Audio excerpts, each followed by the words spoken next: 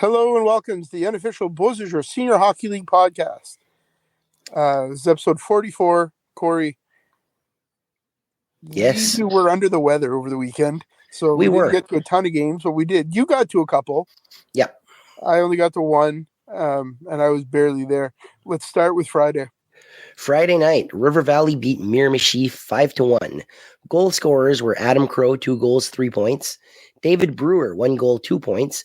Benji Curtis, 1 goal. And Brady Patterson, 1 goal. For Miramichi, Brandon Milson got 1 goal. Not the most exciting game to be at. No, it was, I don't know why, but this game wasn't, it was kind of boring. Yeah, not very hard hitting. The Lumberjacks looked good, though. Yep. The Northmen just didn't look like they had the energy. No. Don't know why, but it happens. Saturday was a whole different game, it would appear. Yep. River Valley did beat Miramichi 4-3 in overtime. Goal scorers, John Hardy, 1 goal, 2 points. Adam Crow, 1 goal. Brett McLean, 1 goal. Kenny Robinson, 1 goal. And Miramichi's Kennedy Gallant, 1 goal, 2 points. Nolan Allward, 1 goal. And Bryce Milson, 1 goal. How do you feel about River Valley right now?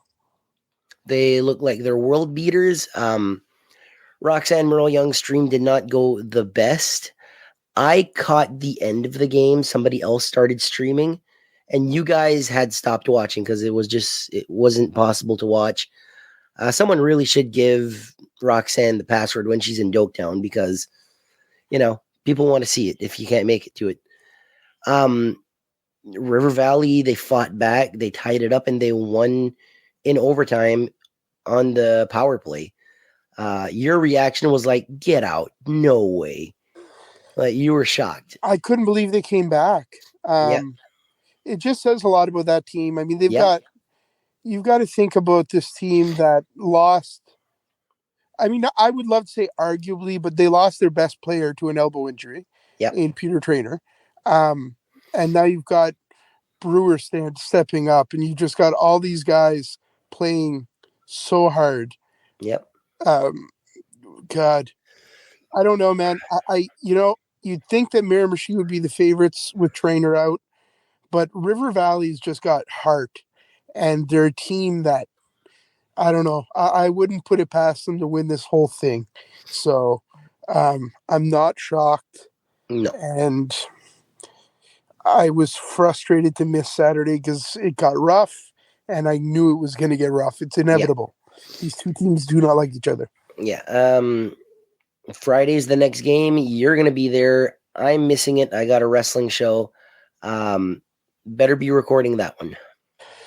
I'll be sure to be, Roxanne will be live on Friday. We won't be live, but we'll be recording the full game, and I'll put I kind of like what we did on Friday where we threw up a full game in 60 minutes where I edited out all the stoppages and stuff. Yeah. I watched that back. I kind of enjoyed that. So maybe I'll do that again. All right. So the other game on Saturday. Watch the whole game, even if you're not there, Corey. There you go. The other game on Saturday was Dalhousie beating Shippigan. Dalhousie goal scorers were Jesco Bernard, 1 goal, 2 points. Pascal Valcourt, 1 goal, 2 points. Jeremy Leblanc, 1 goal. And Daniel Katib. Did I say that right? I think so. He got 1 goal. The goal scorers for Shippigan were Charles-Antoine Alain, 2 goals, and Billy Bezo, 1 goal. This game went to triple overtime. I talked to a lot of people that were at that game, and they were all exhausted. Man, triple overtime. You got to love it. What kind of heart by Shippigan to try to battle back in this series? Yeah, Shippigan is a good team.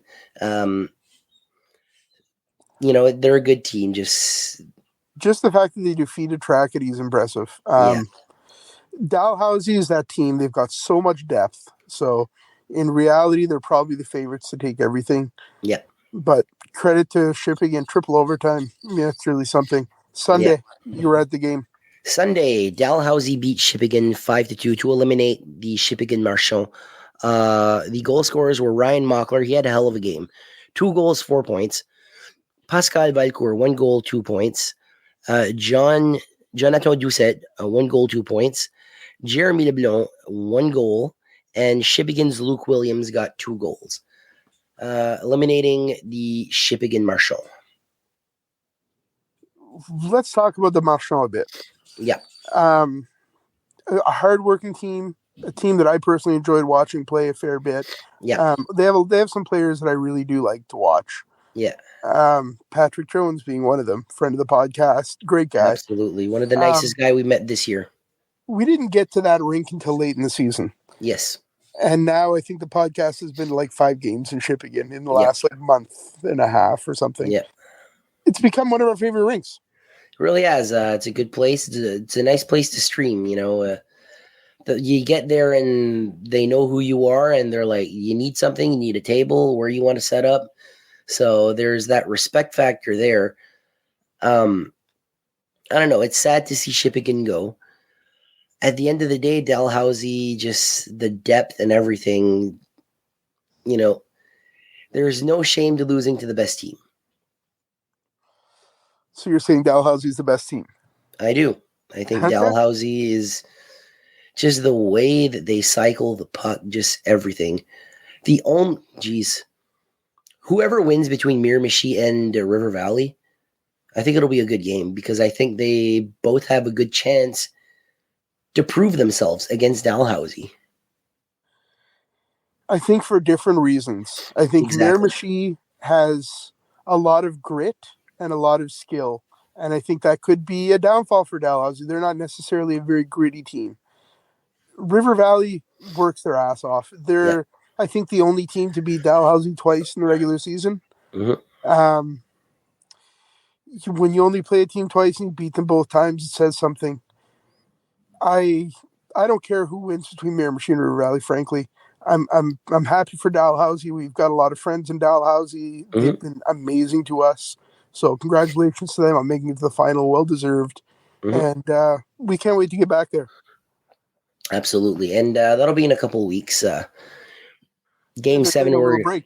Yeah, Game 7, not Game 7. The finals, we're going to try to be there at every single game. Absolutely.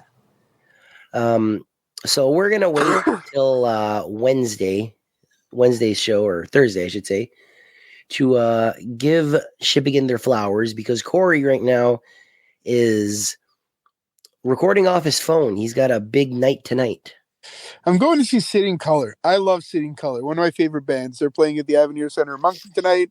So I'm currently this is podcast dedication.